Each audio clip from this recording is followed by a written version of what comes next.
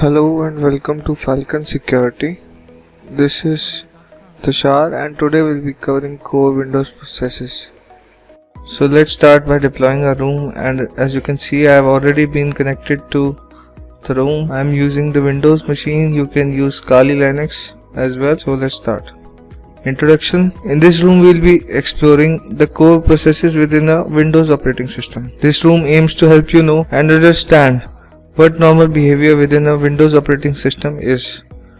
This foundational knowledge will help you identify malicious processes running on an endpoint. The Windows operating system is clearly the most used in the world, whether people like it or not, and the majority of its users don't fully understand its interworkings. Users are simply content that it works. Like anything complex such as a car, it starts and you can drive from point A to point B. In regards to computers, if they can surf the web, read answers to emails and shop, then all is well. It took a long time for users to grasp the need of antivirus programs fully. Only when one of their basic everyday computer functions were disrupted is when antivirus mattered. Antivirus was enough, say over 5 to 7 years ago. Time changes everything, malware and attacks have evolved, and antivirus is no longer enough. As a matter of fact, antivirus has struggled to keep up, and that is solely based on how it's designed to catch the evil. Today, antivirus is just one solution within the layered defensive approach. New security tools such as the EDR, endpoint detection and response, have been created because antivirus cannot catch every malicious binary and processes running on the endpoint. But guess what? Even with these new tools, it's still not 100% effective. Attackers can still bypass the defenses running on the endpoint. This is where we come in. Whether you are a security analyst, SOC analyst, detection engineer or threat hunter, if one of the tools alerts us of a suspicious binary or process, we must investigate and decide on the course of action. Knowing what normal behavior with the systems that we have to defend, a Windows system in this case, we can infer the binary or process is winning or evil. So let's start with Task Manager. Task Manager is a built-in graphical user interface based Windows utility that allows users to see what is running on the Windows system. It also provides information on resource usage, such as how much CPU and memory are utilized by each process. When a program is not responding, Task Manager is used to end or kill the process. Let's start Task Manager, and I've briefly explained you about its interworkings. As you can see, we can run our Task Manager directly from here, or we can right click the taskbar and click on the Task Manager. So we'll click on more details, and as you can see there are 7 columns here. So we can also add many columns in this. You can see PID is the process ID of each process which is running. It is the process name, and here we can see the command line which the process runs on. Right click any of the columns. So as you can see, we can add the publisher. Okay. Type. Each process falls into one of 3 categories: apps, background process or Windows process. As you can see on my machine, we can go to Task Manager, and here you can see these are the applications which I am using, and this is the type now. So there are basically 3 types which we can get: apps, background processes, and of course Windows processes at the last. The next one is publisher. Think of this column as the name of the author of the program file. So basically it is the author of the program file which we are using. Next is PID. This is known as process identifier number. As many of you know, Windows assign a unique process identifier each time a program starts. So it means that if a same program we are running multiple processes, then each will have its own unique PID. As you know, svchost.exe launches many instances of its own. So every instance of it has a unique PID. Next is the process name. This is the file name of the process. In the above image, the file name of the Task Manager is taskmrg.exe. You can see the image here. Next is the command line, the full command used to launch the process, which we can use in PowerShell or the command line. CPU, the amount of CPU processing power used by the process, and the last is the memory, the amount of physical working memory utilized by the process. Okay, this is a utility you should know and be comfortable using it, whether you are troubleshooting or performing analysis on the endpoint. Let's move to the details tab. Within this view are some of the core processes that will be discussed in this room. Sort the PID column so that PIDs are in ascending order. So let's go to our virtual machine and details. So we'll click on this column PID. It will arrange everything in ascending order. Okay. Add some additional columns to see more information about these processes. Good columns to add are image, path name and command line. So we'll add these two columns and the result is here. Of course, you can add as many columns as you wish, but it's recommended to add the columns that would be pertinent to your task. So this is a screenshot of Process Hacker. Let me show it in the remote desktop. As you can see, here we can get a parent-child view of the processes. As you can see, the system idle process with the process ID 0 is a parent process of system, which is a parent process of smss.exe. We'll discuss later on. The next is Process Explorer. So as you can see that this is the Process Explorer and we get here an elaborated view of our parent-child process view. Okay. Moving forward, we will use both Process Hacker and Process Explorer instead of Task Manager to obtain information about each Windows processes. As always, it's encouraged that you inspect and familiarize yourself with all the information that is available within the Task Manager. It is a built-in utility that is available in every Windows system. You might find yourself in a situation where you can't bring your tools to fight and rely on the tools that are native to the system. Aside from Task Manager, it would be best if you familiarize yourself with the command line equivalent of obtaining information about the running processes on a Windows system. Task list, get process or PS, PowerShell and WMIC. On to the next task. The first Windows process on the list is system. It was mentioned in the previous section that a PID for any given process is assigned at random, but that is not the case for the system process. The PID of system is always 4. What does this process do exactly? The official definition from Windows Internal 6th edition. The system process PID 4 is the home for a special kind of thread that runs only in kernel mode. Kernel mode system thread. System threads have all the attributes and context of regular user mode threads, such as a hardware context, priority and so on, but are different in that they run only kernel mode executing code loaded in system space, whether that is in CentOS kernel.exe or in any other loaded device driver. In addition, system threads don't have a user process address space and hence must allocate any dynamic storage from operating system memory heaps such as paged or non-paged pool. What is user mode, kernel mode? Visit the following link here. As you can see the link, we'll get the docs from Microsoft.com which will explain user mode and kernel mode. I will give you the link in the description below. You can just go through. So now what is normal behavior for this process? Let's use Process Explorer and view the properties for the system. So let's go to our remote desktop connection. As you can see here, let's use the Process Hacker, as I find it very useful and interesting. It is the parent view of the system. So as you can see the PID 4 system. Okay. So these are the properties in general. The image file name is as follows. The command line for this process.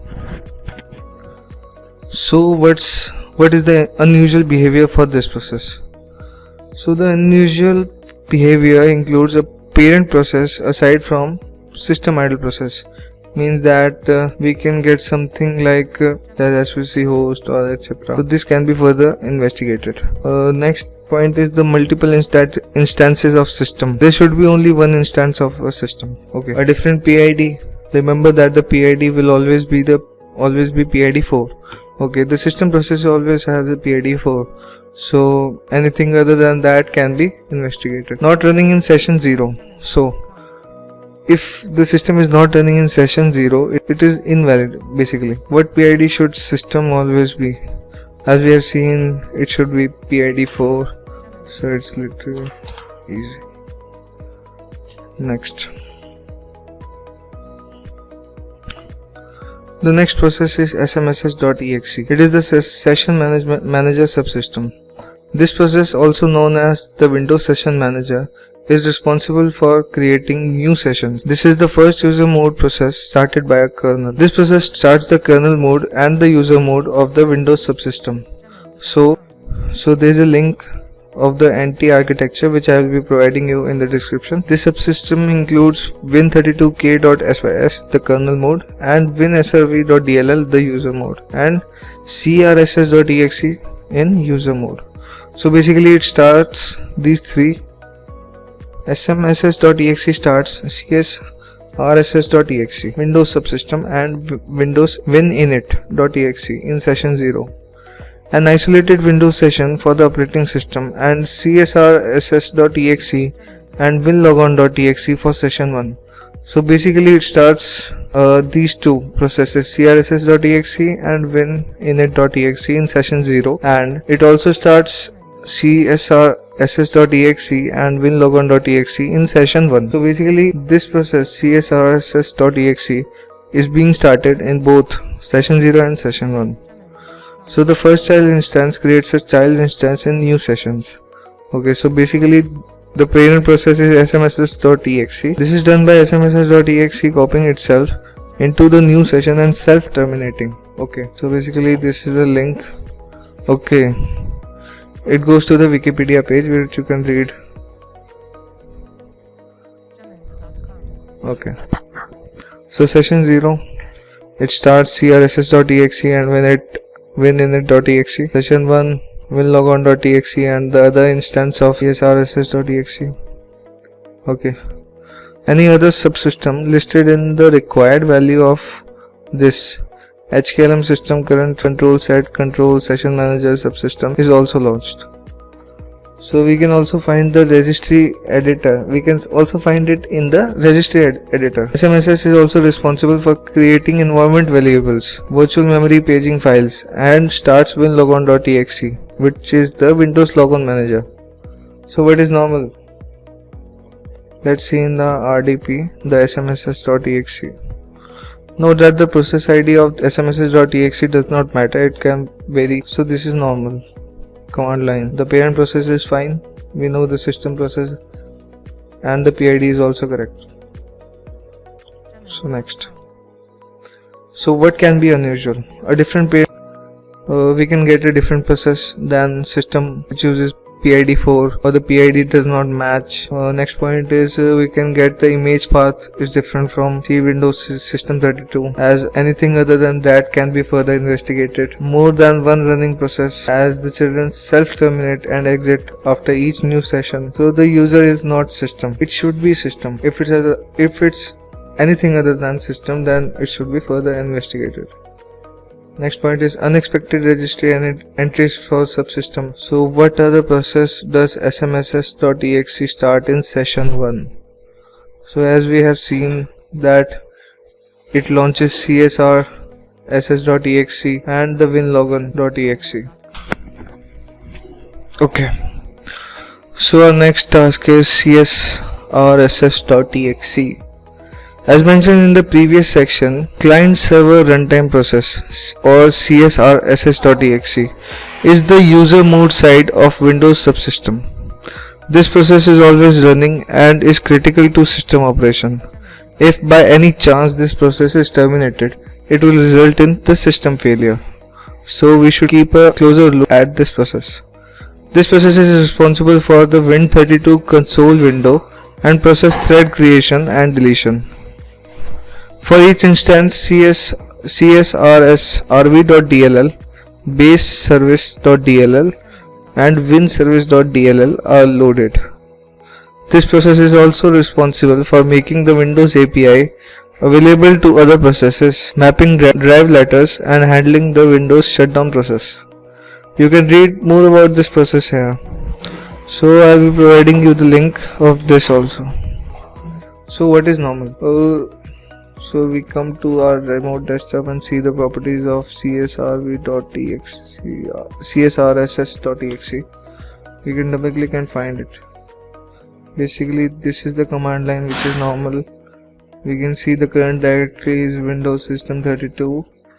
Started is absolutely fine. Parent process we can see here is non-existent process. It is also fine. So there is two instances. One is in session 0 and other one is in session 1. So there should be no parent process Okay, so we can find that image path is something like that. The parent process is created by an instant of smss.exe, which we can see here, non-existent process. Okay, the user account should be always local system. The start time is important as it starts within seconds of boot time for the first two instances for session 0 and 1. So what is unusual in this process? What can be unusual in this process? The first point is we can get an actual parent process. So let's say that we are checking this process crss.exe and we find that the parent process is something svchost.exe or any other process. So we should investigate it.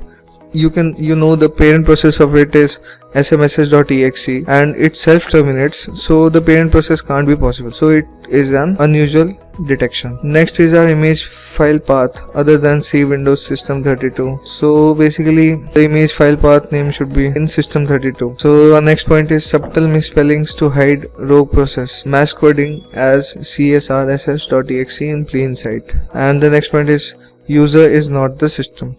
So user should not be system in every case. You should ensure that. So what was the process which has PID 384 and so we are seeing here 488 non-existent process. So basically it is smss.exe as it self terminates show. So the name of this process is not shown. smss.exe. Okay. Let's come to our next task, WinInit.exe. The Windows initialization process WinInit.exe is responsible for launching services.exe, the service control manager, and lsass.exe, which is the local security authority, and lsaiso.exe within session 0. This is another critical Windows process that runs in the background along with its child processes. Note, lsaiso.exe is a process associated with credential guard and key guard. You will only see this process if credential guard is enabled. So what is normal? So we can just double click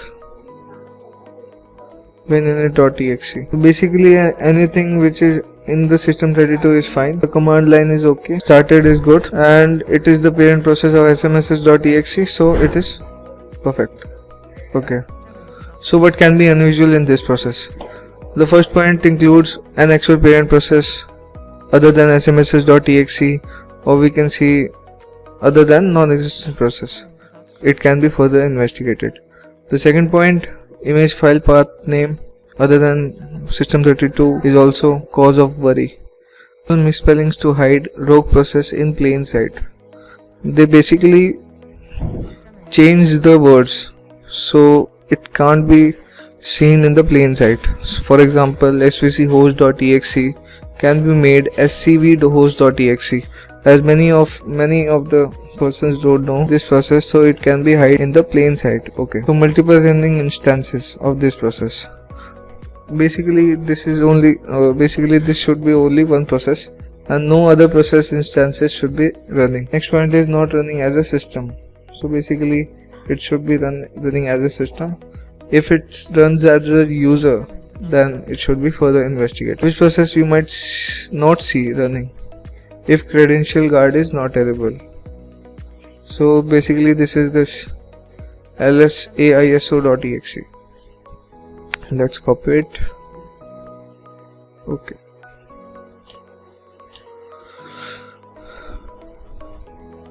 Let's come to our next part, which is services.exe, having the parent process as WinInit.exe. The next process is Service Control Manager SCM, which is services.exe. Its primary responsibility is to handle system services, loading services, interacting with services, starting and ending services, etc. It maintains a database that can be queried along with the Windows built-in utility known as sc.exe. So we can run sc.exe and basically look and find the database. Next, information regarding services is stored in the registry. We can find it in the HK local machine folder, system current control set services. Okay, so we can see here this process also loads device drivers marked as auto start into memory. So basically there are many. Let me show you. This is the RDP connection. Let's go to the registry editor.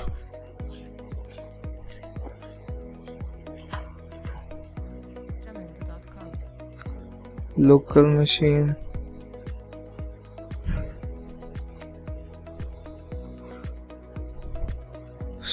Local machine system. Current control set. Services. As you can see, there are many drivers and other program processes, and the registry keys are stored inside them. So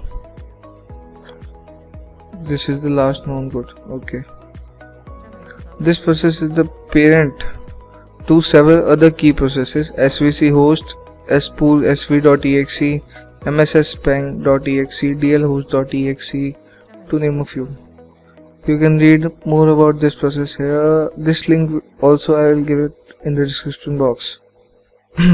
So what is normal?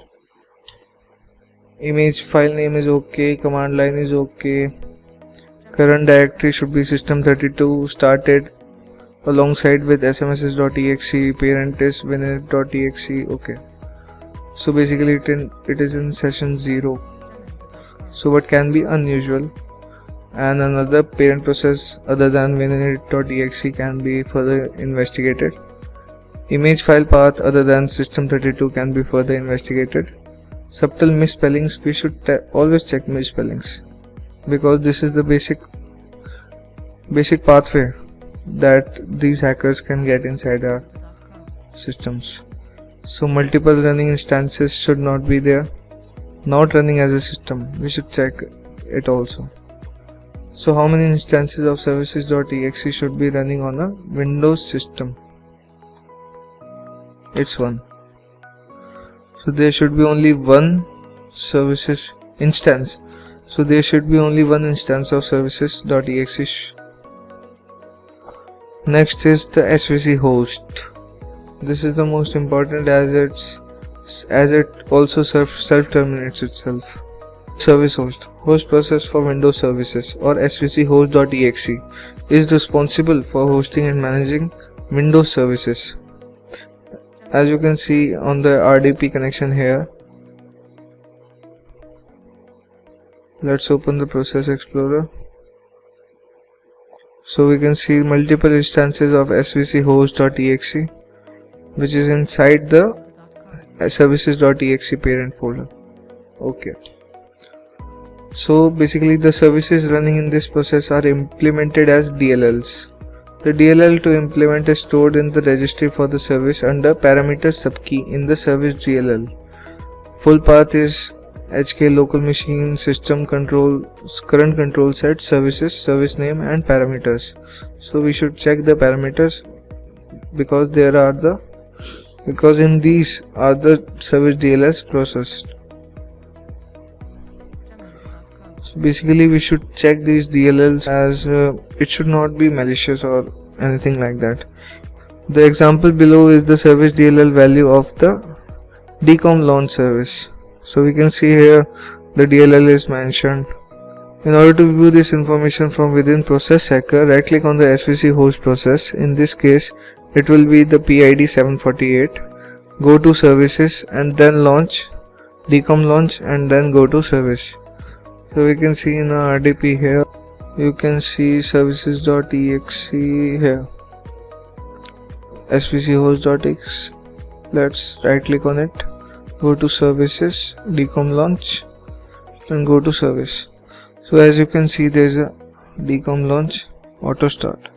We can see the properties. So this is the binary path. Okay, and this is the DLL which we are using. So we can also find it in that way, as the Process Hacker makes it very easier. Okay. So from the above screenshot, the binary path is listed. Also notice how it is structured. This is a key identifier in the binary path. The identifier is -k. This is how a legitimate svc host.exe process is called. A parameter is for grouping similar services to share the same process. This concept was based on the OS design and implemented to reduce resource consumption. Starting from Windows 10 version 1703, services grouped into host process changed. On the machines running more than 3.5 GB of memory, each service will run its own process.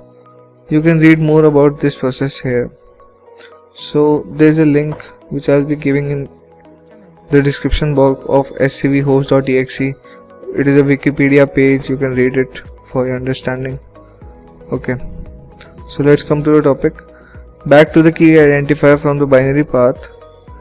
In the above screen, the -k value is dcom launch.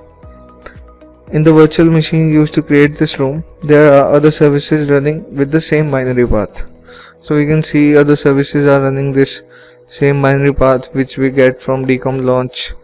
Each will have a different value for service DLLs. Okay, let's take LSM for example and inspect the value of service DLL.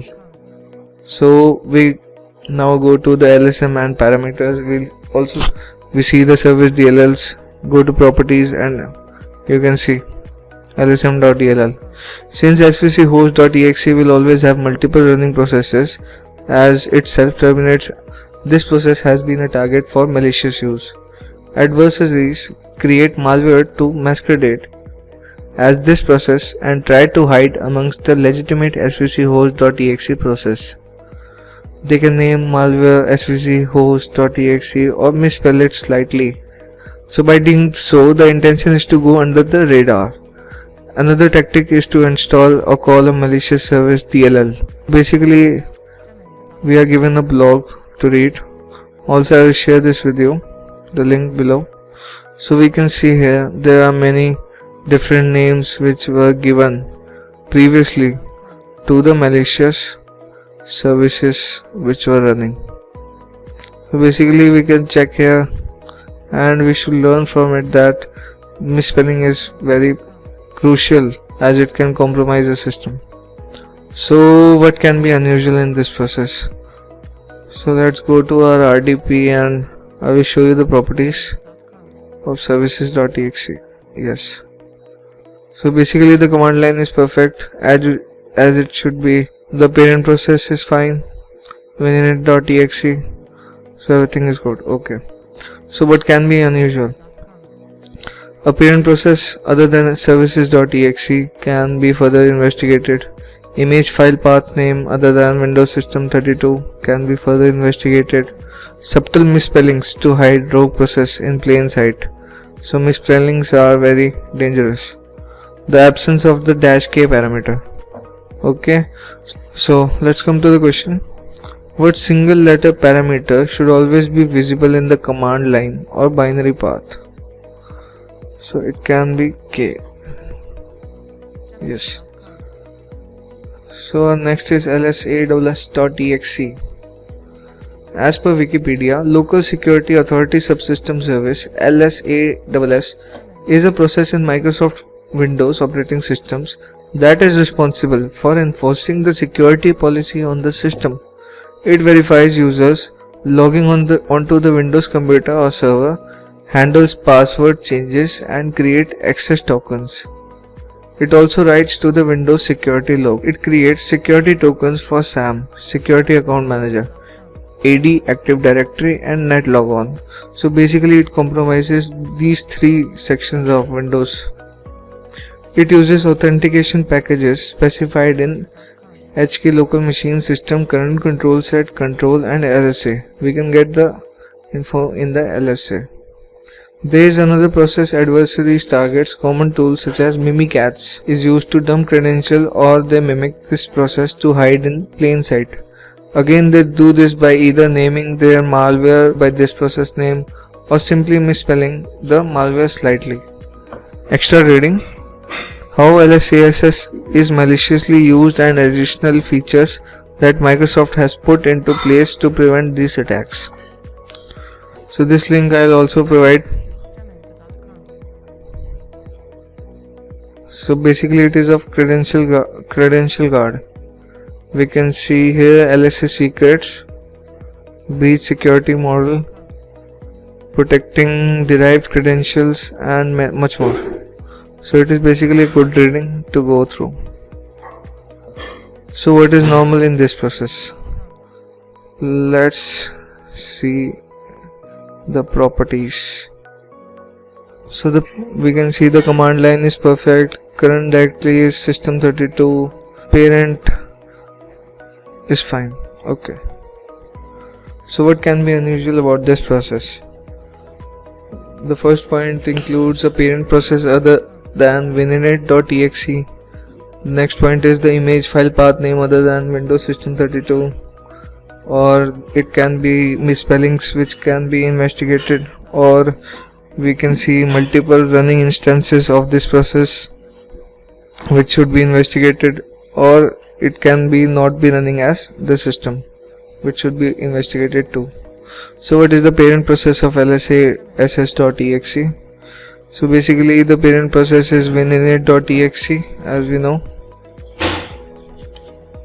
as it starts the svc host and lsass and the other credential login systems. So next task is winlogon.exe. The Windows logon winlogon.exe is responsible for handling the security attention sequence, or SAS.